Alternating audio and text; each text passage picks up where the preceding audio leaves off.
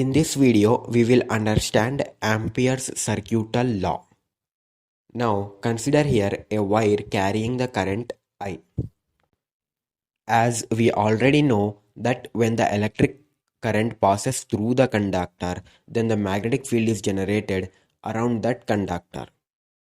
Now, we will denote this magnetic field with B. Now, we will consider a closed loop around this wire. Now, here the magnetic field is tangentially acting on every point on the loop. Now, consider small length dl on the loop, and we will find a total magnetic field on the small length dl by multiplying dl with b.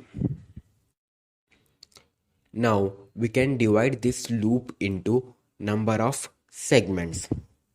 Now, to calculate total magnetic field of the loop, we have to add the magnetic field of every segment. To solve this problem, we use Ampere's circuital law.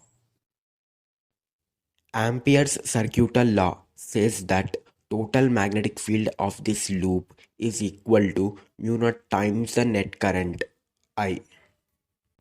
Now, here magnetic field is same on every point of loop.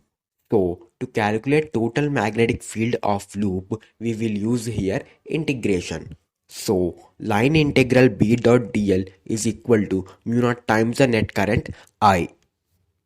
Ampere's law is also stated as the line integral of magnetic field B around any closed curve is equal to mu naught times the net current I through the area enclosed by the curve. Thanks for watching. Please subscribe to our channel for more videos.